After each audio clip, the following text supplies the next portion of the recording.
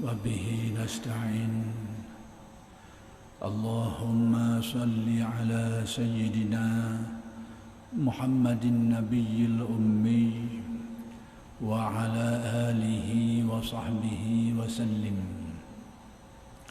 رب اشرح لي صدري ويسر لي أمري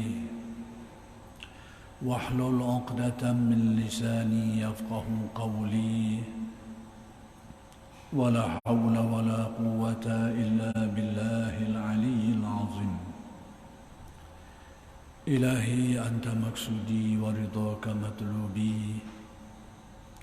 أعطني محبتك ومعرفتك.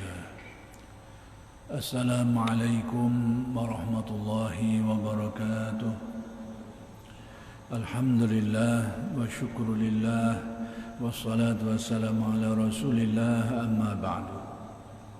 Pertama sekali kita bersyukur kehadiran Allah Subhanahu wa ta'ala yang telah mengurniakan kepada kita nikmat-nikmatnya yang sangat banyak, sama ada nikmat yang zahir maupun nikmat yang batin. Mudah-mudahan segala nikmat-nikmat itu sentiasa dikurniakan kepada kita dan dijadikan kita orang-orang yang mensyukuri nikmat. Mudah-mudahan dengan berkat syukur Allah Subhanahu wa taala menambahkan dan menggandakan lagi nikmatnya kepada kita. Dan insya-Allah pada malam ini akan diteruskan lagi pengajian kitab Al-Hikam karya Syekh Ahmad Ibn Athaillah Al-Iskandari radhiyallahu anhu. Kalam hikmat yang ingin disambung huraiannya ialah kalam hikmat yang ke-245,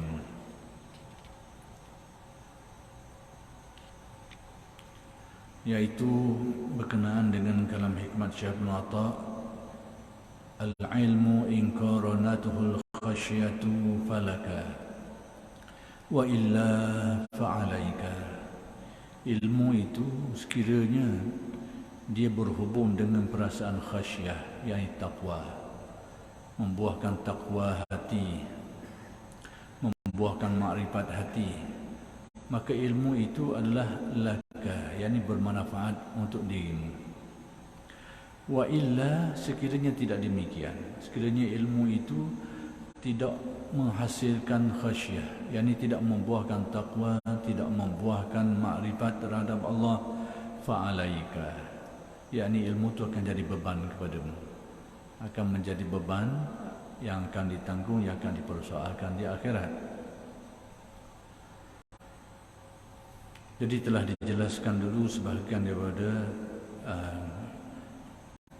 syarah kepada kalam hikmat ini. Baik, sambungannya Abu Hurairah.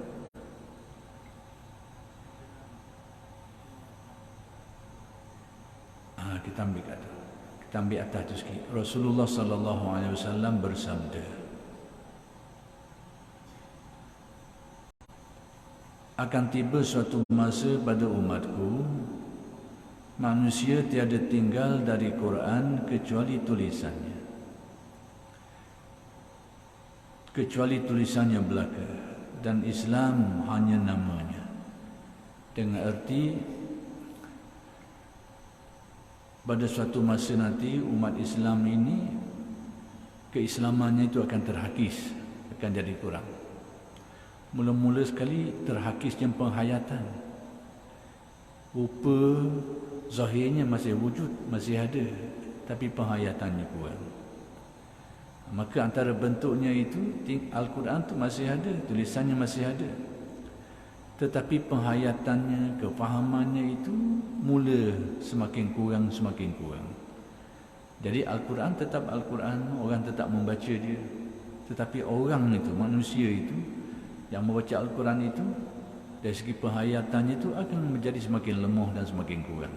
Sehingga akhir sekali Al-Quran itu tinggal tulisan saja, tanpa kefahaman yang baik dan tanpa penghayatan yang baik terhadapnya. Demikian juga Islam itu, dia akan semakin macam pupuh lah. Tetapi perkara ini berlaku dari segi penghayatannya dulu.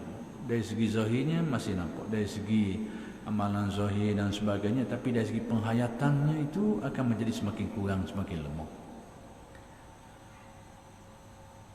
Dan kita melihat banyak disebut di dalam hadis tentang perkara ni. Antaranya yang biasa, yang selalu juga disebutlah, yaqra'una al-Quran la yujawizu hanajirahum, mereka membaca Al-Quran tetapi Al-Quran itu tidak melangkaui kerongkong mereka tu, maksudnya tidak masuk sampai ke dalam hati. Dengan arti Al-Quran itu bukan sesuatu yang menjadi penghayatan, bukan menjadi sesuatu yang dipegangi, tetapi yang dibaca, mungkin bacaannya itu betul dan tidak salah, tetapi kefahamannya, penghayatan terhadap Al-Quran itu akan yang kurang, yang lemah. Baik, hati orang-orangnya kosong dari petunjuk hidayah. Yakni orang-orang yang ada pada zaman yang disebutkan itu kosong daripada hidayah. Jadi yang kosongnya hati, qalbu. Akalnya mungkin terisi maklumat, ada informasi, ada maklumat tentang agama Islam ini, tetapi qalbunya itu yang menjadi tempat penghayatan itu, yang itu yang kosong. Kalau kita bandingkan dengan komputer, programnya ada dalam, tapi switch itu tak buka, jadi program itu tak jalan. Tapi kalau kita start buka balik, timbullah, ada lah. Tapi banyak tutup dah terbuka. Itu bandingan mudahnya. Jadi bukan tak ada, akidahnya ada, tetapi penghayatan akidah, penghayatan amalan yang mana alat untuk menghayati semua itu adalah qalbu, jiwa manusia. Keyakinannya, perasaannya, kekhusyukannya, keikhlasannya, itulah yang menghayati. Tetapi yang ini akan menjadi semakin kurang. Maka tidak peliklah bila Ubadah bin Samit yang meriwayatkan hadis tentang ilmunya akan diangkat dengan tidak dikurangi itu, memberitahu bahawa ilmu yang paling awal yang akan diangkat daripada umat manusia ini adalah ilmu khusyuk. Bila sebut khusyuk itu suatu perasaan yang melibatkan qalbu, hati manusia. Dah ilmu apa itu? Ilmu yang melibatkan qalbu, ilmu yang melibatkan hatinya ada dua. Satu ilmu akidah, pegangan hati, suatu yang ditasdikkan oleh hati kita. Yang kedua, yang dirasai kemanisannya, kebenarannya, keyakinannya, itu tasawuf. Kita yakin tentang kewujudan Allah dan kekuasaannya. Kita percaya kerana ada dalil Al-Quran, dalil hadis dan logik akal kita mengesahkan kewujudan Tuhan pencipta seluruh alam ni, yang mengatur alam ni. Tapi kemanisan keyakinan kita tidak timbul, kekhusyukan hati dalam mengabdikan diri kepadanya tidak timbul, keikhlasan hati dalam menghayati perintahnya tak upa nak timbul. Berarti ada akidah, tidak ada tasawufnya. Maka itulah yang akan kurang. Jadi di sini hati orang-orangnya kosong daripada hidayah. Dengan arti dari segi perasaan-perasaan ubudiyah tu, ibadahnya ada, ubudiyah ni yang tidak ada, penghayatan atau tasawufnya. Dan masjid hanya penuh jasad manusia yang tak berhati takwa. Jadi masjidnya dipenuhi dengan arti orang Islam. Masih ada orang Islam, orang yang mengamalkan Islam, tetapi ketakwaan hatinya itu semakin pupus, semakin kurang. Seperti hilangnya khusyuk, hilangnya ikhlas dan sebagainya lah. Dari segi penghayatannya tu, itu yang hilang. Sejahat manusia waktu itu ialah para ulama. Seburuk-buruk manusia pada zaman ini adalah golongan ulama. Pelik juga. Sebab sesuai dengan apa yang dibicarakan pada kalam hikmat yang ke-245 ni, berkaitan dengan ilmu. Ilmu, ahli ilmu itu dinamakan ulama.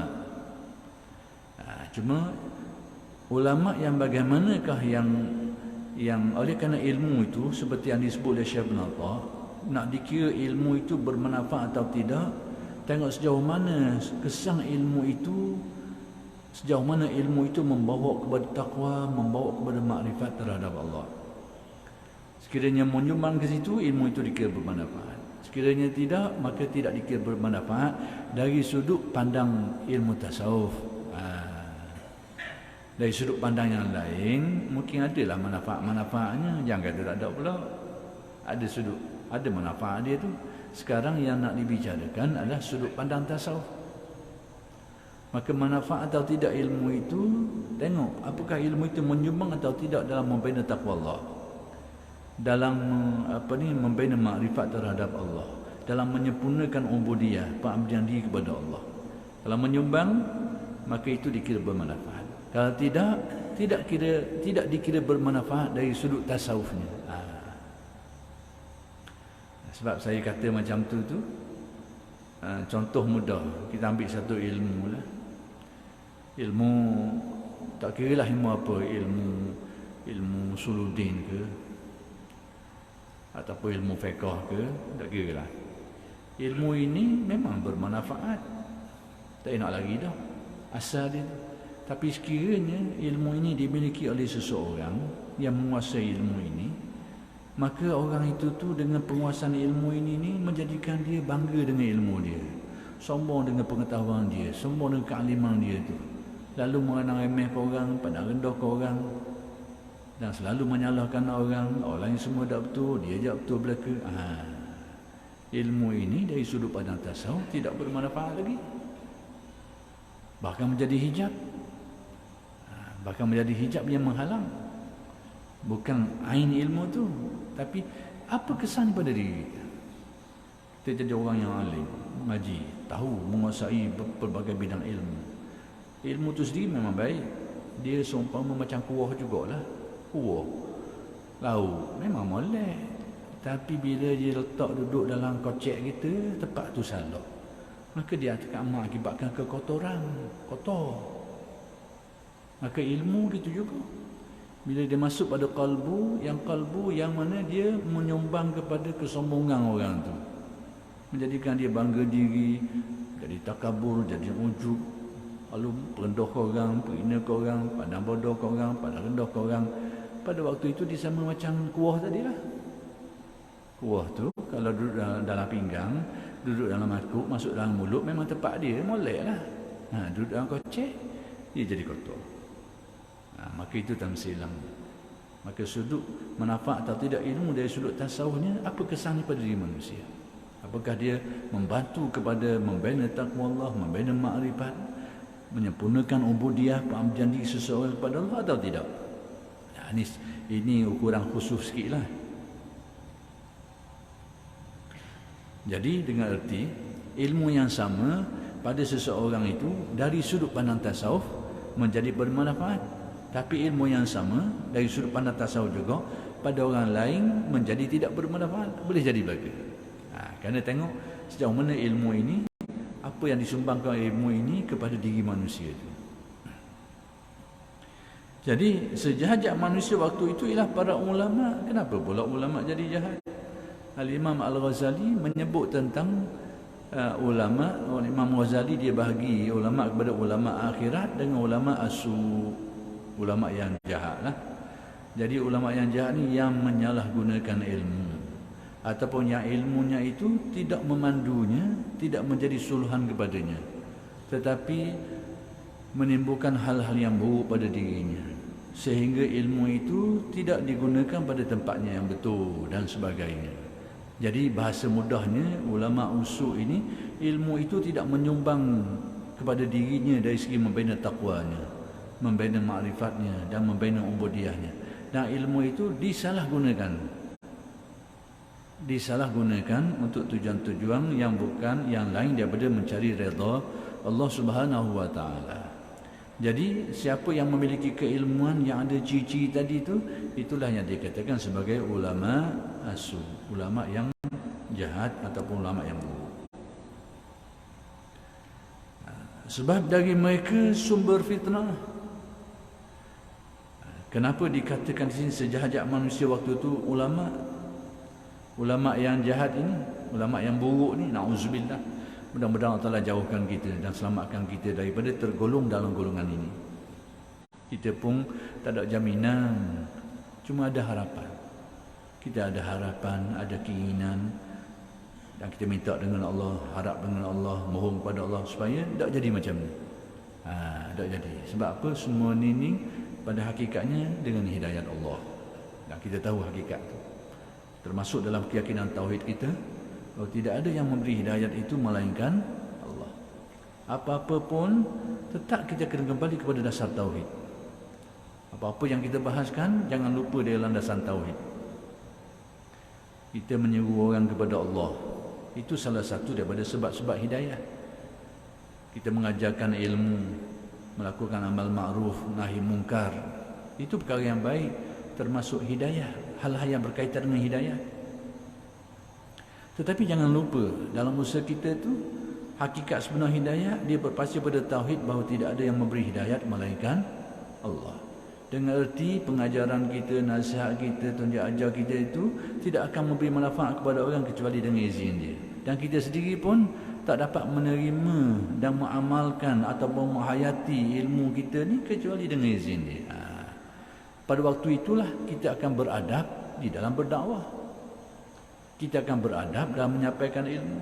Kita ajar orang yang jahil kita ajar, tapi kita tahu hakikat. Bila kita tahu hakikat, kita tak akan perbodohkan orang. Mung ni jahil tukik, malah mengaji, bodoh, tak tahu kala. Dia sudah hilang adab. Kenapa? Dia lupa tauhidnya. Dia lupa bahawa yang menghidayatkan itu adalah Allah. Jadi bila dia ajar orang kok, dia berasa dia selamat je lah. Orang lain je lah ada selamatnya. Ni penyakit. Jadi kalau dia ahli tauhid, dia nasihat orang dengan penuh keinsafan, dengan penuh adab. Kerana dia tahu, aku sendiri pun tak yamin, aku sendiri pun tak tahu. Kerana hakikat tauhid itu la ilaha illallah, termasuk di situ bahawa tidak ada yang memberi hidayat melainkan Allah. Jadi orang yang jiwanya bertauhid, maka dia akan beradab dalam menyampaikan ilmu. Dia ada adabnya, dia ada keinsafannya. Dia tengok orang ni kejahilan, dia nak betulkan, dia nak ajar dia supaya jadi alim, tapi tidak pandang rendah, tidak pandang hina. Demikian juga orang melakukan kesilapan dan kesalahan, dia perbetulkan, tapi tidak menghina orang tu. Kenapa? Kerana dia tahu hidayah ni kok dia belaka. Bukan saja orang tu, diri kita sendiri ni pun tak tahu lagi ni guna-guna. Orang yang ada kesedaran makrifat, begitu caranya. Tapi kalau dia lupa makrifat ni, dia akan nampak orang jahat belaka, bodoh belaka, bodoh belaka. Na'udzubillahi min zalik. Jadi kenapa di sini dikatakan sejahat manusia waktu itu ulama yang su' ini? Sebab manusia ni kalau dia melakukan kesalahan dan kesilapan, dia yang tanggung sendiri. Tapi kesarjanaan ulama ini, kalau dia menyalahgunakan ilmunya, maka bahananya berganda. Kalau dia menyalah ajar, dia ajaran yang salah yang diajarkan kepada orang dan orang terima orang pakai, berganda-ganda kesesatan tu, berganda-ganda kesalahan tu. Petua-petua salah yang dia beri, ajaran-ajaran salah, na'udzubillah. Dan Allah Ta'ala lindung kita dari semua ni. Orang lain orang pakai, orang pegang, semua tu akan balik kita belaka tu, akan balik berganda-ganda. Kalau apa yang kita sebut tu menyesatkan orang, maka kesesatan tu berganda-ganda. Kalau yang kita ajar tu satu salah, maka kesalahan tu berganda-ganda. Na'udzubillah. Mudah-mudahan Allah Ta'ala jauh kita dan sedarkan kita kalau kita tersilap.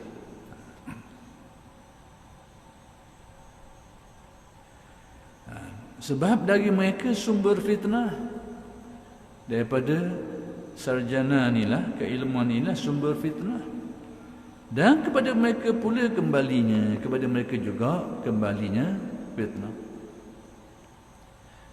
Kita ingat pada Isra' Mi'raj, pada waktu Nabi nak beritahu apa yang sesuatu berkait dengan di sinilah, iaitu sumber fitnah ni, sumber fitnah. Orang yang jahil macam kita ni, mungkin dari segi kebarangkalian tu tak besar lah, kita tak tahu, tak ada maklumat. Tapi kalau yang alim ni dia banyak. Tapi kalau dia salah menyalahgunakan, maka itulah menjadi sumber fitnah. Jadi kalau kita tengok malam Isra' dan Mi'raj, pada waktu Nabi di Mi'rajkan itu, Nabi telah diperlihatkan dengan bermacam-macam gambaran, tamsilan. Antaranya Nabi tengok orang yang kerak lidah dia, kerak lidah, catung kerak lagi, banyak kerak lemak, kerak lidah. Maksudnya kerak tu bukan kerak saja, kerak dengan penderitaan lah, sakit lah, menderita sakit.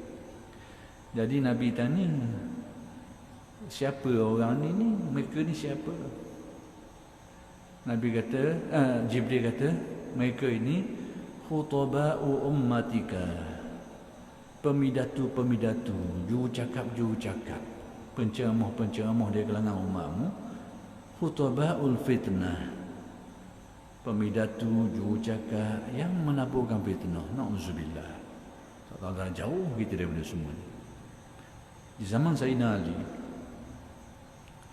berlaku, bukan zaman kita, zaman Sayyidina Ali sudah berlaku benda-benda macam ni. Sebab tu Sayyidina Ali menghalau keluar sebahagian daripada orang yang mengajar di masjid ni, kerana dia lihat ada unsur-unsur tak sihat. Macam-macam lah unsur-unsur tak sihat ni. Kita tengok apa yang Sayyidina Ali buat. Ada satu kisah.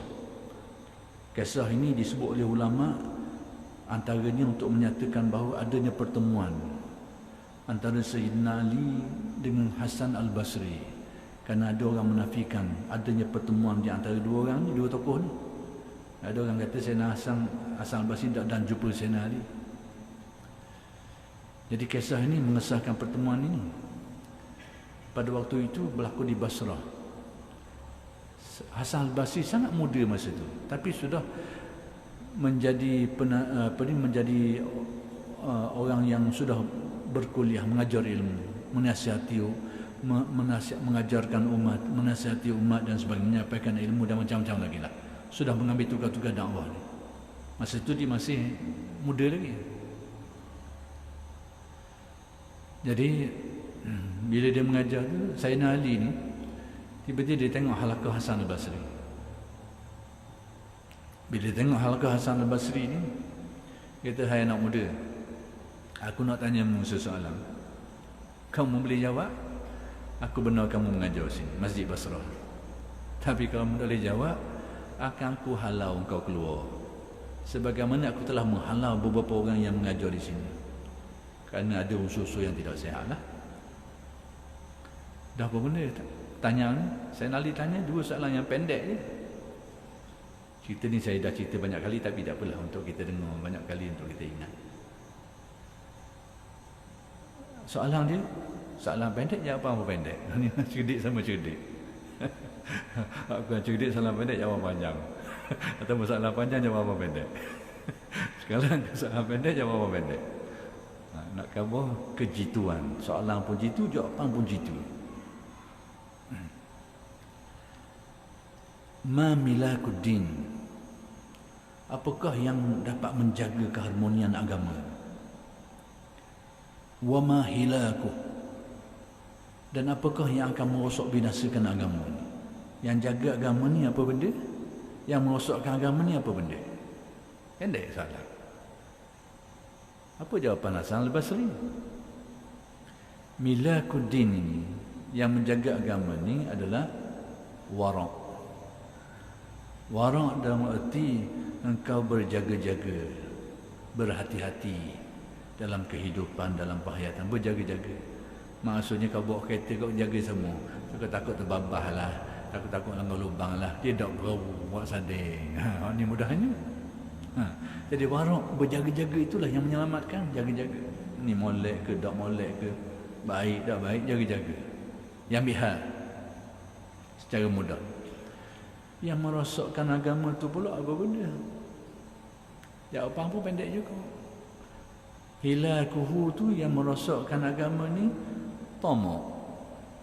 Bersifat tamak, bersifat rakus, tak pernah cukup dengan apa yang ada, tak pernah kenyang dengan apa yang ada, dan sentiasa menginginkan apa-apa yang belum dimiliki. Apa yang ada ni tidak disyukuri. Tidak disyukuri. tetapi menginginkan apa yang belum dimiliki. Itu yang merosakkan agama. Pendek jawapan. Soalan pendek, jawapan pendek. Tapi dua-duanya padat. Maka bila Sayyidina Ali dengar soalan ni, orang macam kau ni lah, kata Sayyidina Ali, layak untuk mengajar. Orang macam mu ni layak untuk mengajar sini. Hak lain aku ambak. Aku halau dia.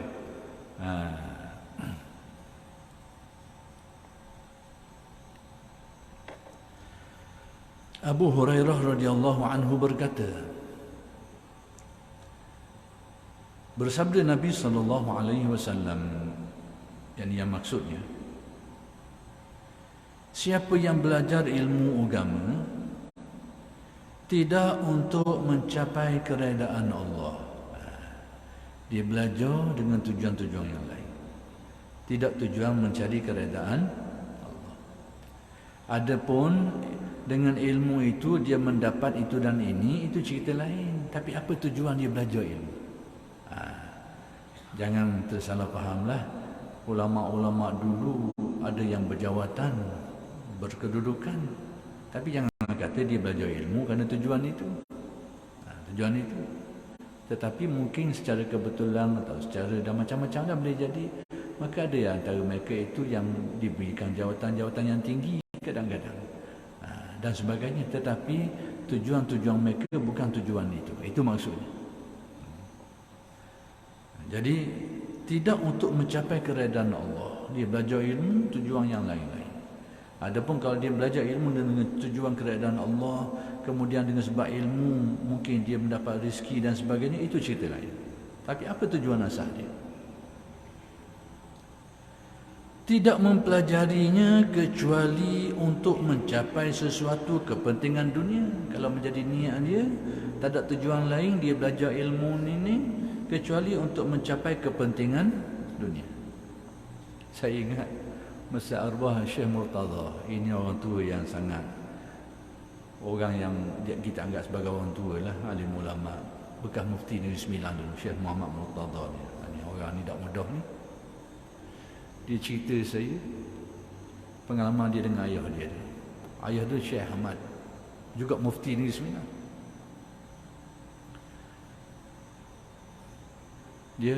Ayah dia pesan, masih nak pergi ngaji Mesir. Mu kalau pergi ngaji di nu, tujuan nak jadi mufti, aku sopoh mu kata. Mu jangan balik. Dia kata gitu kan anak dia. Ayah dia, padahal ayah dia mufti. Mufti zaman tu. Tapi dia kata macam ni, kalau mungkin ngaji nak jadi mufti, dah dia mufti juga. Mungkin ngaji nak jadi mufti, aku sopoh mu dah balik. Dia kata gitu. Tapi kemudian ditakdirkan Allah, anak dia pun jadi mufti juga. Ulama-ulama dulu. Kita tahulah. Inilah tokohnya yang membaca doa pada waktu hari merdeka dulu. Ayah dia lah. Syekh Ahmad, anak kepada Syekh Muhammad Said Al-Linggi, ini tokoh besar Nusantara. Tokoh ulama dan sufi besar. Sejarah dia. Saya teringat antara kisah-kisah dia, kita dengar bila kita sebut, dia teringat cerita-cerita dia. Ayah Tuan Badan ni pernah cerita saya. Dia kata ayah dia dulu, dia kata orang Melayu kita ni kadang-kadang ada juga hak yang berlebih-lebihan sikit lah. Terutama menghormati ulama, bagus. Tapi kadang-kadang ada hak yang tu lebih sikit, sehingga ada di antara mereka tu nak minum air basuh tangan lah, macam-macam. Jadi kawan ni tak apa suka lah berlebih-lebihan. Kalau minum air hak baki tu tak apa, kalau air basuh tangan kita rasa tak sedap lah. Tapi ada hak sampai begitu. Ada. Tapi taklah nak kata benda tu haram, tidaklah. Tapi dari segi adaannya kita rasa tak sedap lah.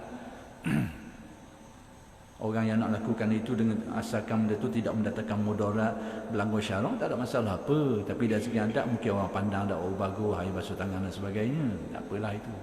Cuma nak ceritanya Syekh ni, bila dia nak tengok, dia tengok ada orang sampai tangga tu, dia takut, mungkin takut berlaku aspek-aspek melampau dan pandangan tak bagus pada masyarakat dan sebagainya. Dia buat mana? Bila dia pergi, orang panggil jamuan dia nak basuh tangan, dia minta sabun. Dia basuh dengan sabun. Masuk ke nak minum air sabun ni. Dia tujuan dia nak mengelak, pandai dia. Dia pandai.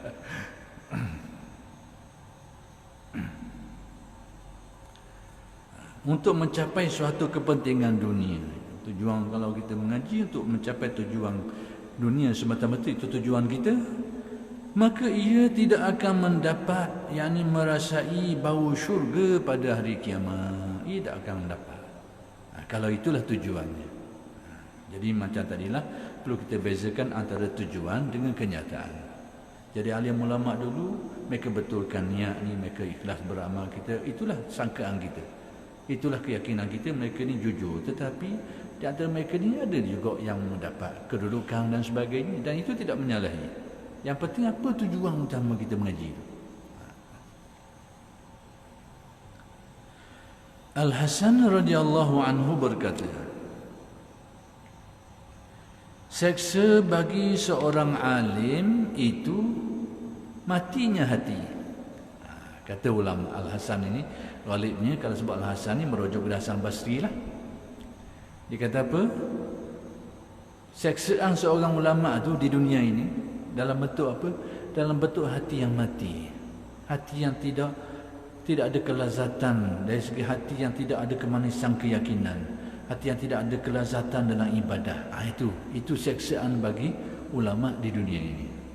Hati jadi kosong kering, tak rasa kekuatan keheningan keyakinan dan kemanisan ibadah, dia tak rasa. Itu seksaan bagi ulama di dunia ini. Baik, ketika ditanya bagaimana mati hati itu, macam mana hati itu boleh mati? Macam mana boleh jadi mati? Baik, jawapannya, mencari dunia dengan amal akhirat. Yakni dia beramal dunia, dia beramal akhirat, tapi tujuan dia beramal akhirat dia tu untuk mencari habuan dan kelebihan dunia.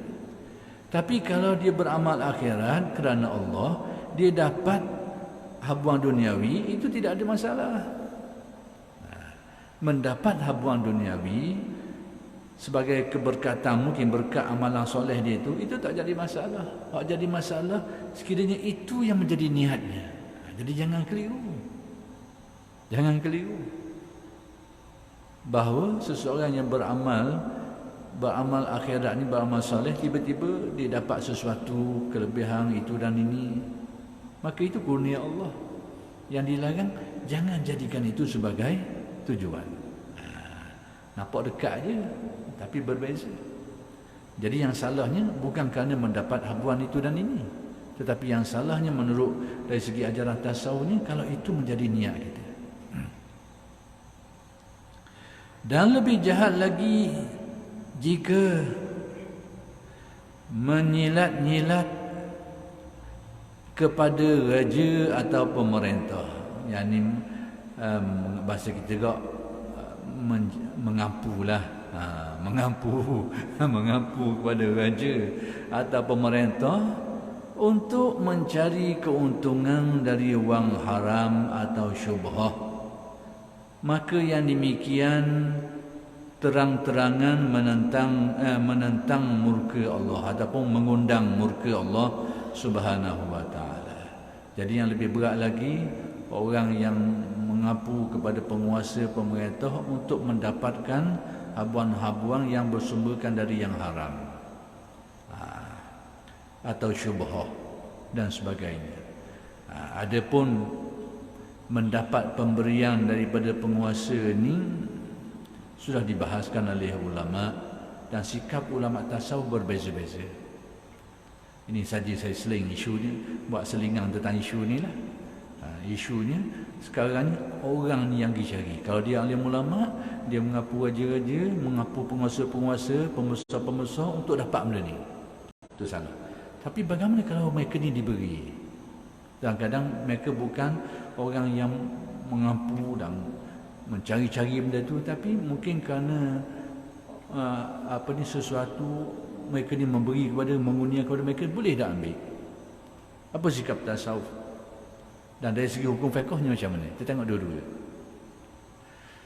Kalau kita tengok sikap ulama tasawuf, perkara yang sama telah berlaku kepada generasi murid-murid Al-Imam Hasan Al-Basri.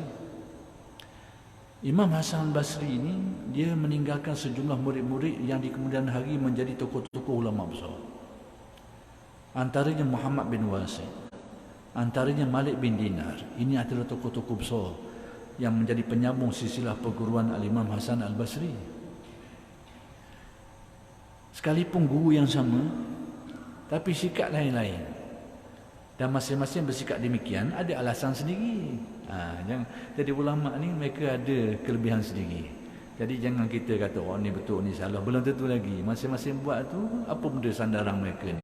Ini kealiman ulama' dulu. Malik bin Dinar mengambil sikap menerima pemberian sultan dan penguasa, lalu memanfaatkannya, menggunakannya pada jalan-jalan kebaikan. Antaranya dia bersedekah, dia membantu fuqara, orang miskin dan sebagainya, murid-murid ahli ilmu yang dalam pengajian dan sebagainya. Tapi dia terima, dia ambil. Itu sikap Malik bin Dinar. Tapi sikap Muhammad bin Wasi' lain. Dia tak mau ambil sekarang.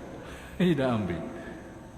Dan dia bersikap menolak. Dia tak mau ambil pemberian sultan ini. Adalah sebab dia, alasan yang dipakai. Jadi sikap ulama'-ulama' tasawuf dulu berbeza-beza. Maka sebab itu kalau berlaku di kalangan ulama' kita hari ini, jangan kita mudah-mudah katalah ni begini, ni begini. Ada sandaran belaka. Mereka ada alasan sendiri. Dari segi fiqhnya macam mana? Dari segi fiqh ni dari segi hukum lah. Hukum ni kalau kita nak tengok, nak bandingkan dua sudut tasawuf dan fiqh ni, kita boleh pecah pada dua hukum. Hukum syarak dengan hukum warak. Hukum syarak, hukum warak. Ada selagi hukum aku nak. Waktu tak jadi lah. Hukum aku nak, tak kira syarak ke warak ke, aku nak. Tu kata. Sekarang ni kita tengok hukum syarak dan hukum warak.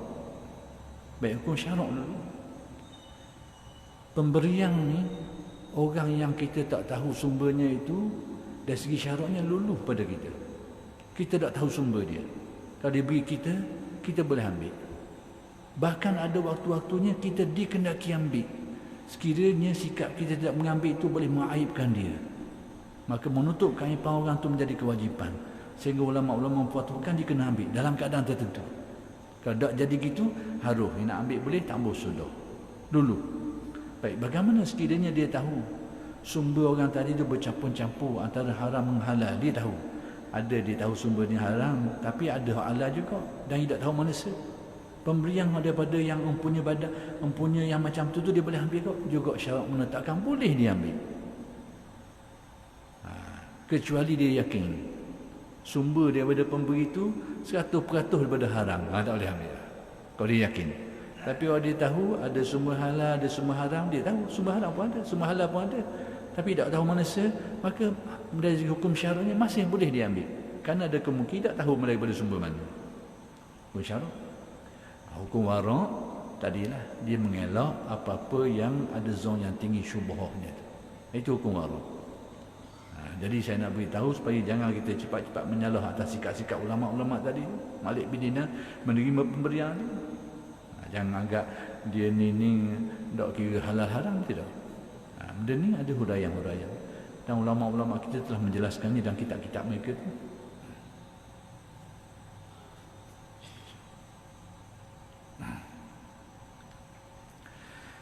Baik. Kemudian Abu Darda radhiyallahu anhu berkata, Rasulullah sallallahu alaihi wasallam bersabda, Allah telah turunkan wahyu pada salah seorang nabi. Iaitu apanya? Katakanlah kepada orang-orang yang belajar fiqh agama itu, tidak untuk kepentingan agama, dan belajar tidak untuk diamalkan. Mereka mencari dunia dengan amal akhirat, memakai bulu kambing, yakni pakaian murahan, tetapi hati mereka hati serigala. Lidahnya lebih manis dari madu, dan hatinya lebih pahit daripada jadam. Jadam ni benda pahit dah lah. Apakah mereka akan mempermainkan aku atau mengejek padaku? Pasti akan aku turunkan kepada mereka fitnah ujian, sehingga orang yang tenang sabar menjadi bingung. Jadi sekarang Abu Darda ada meriwayatkan tentang perkara ini. Baik, apa yang nak diberitahu iaitu tentang adanya fenomena orang yang mengaji dan mendalami ilmu agama ni dengan tujuan-tujuan yang bukan cari redha Allah. Bukan untuk kepentingan agamanya, tapi kepentingan lain. Orang yang menuntut ilmu dan melakukan amalan-amalan akhirat dengan tujuan-tujuan yang tidak dikehendaki. Bukan tujuan ubudiyah, bukan tujuan untuk mencari redha Allah, tidak. Dengan tujuan-tujuan itu sendiri.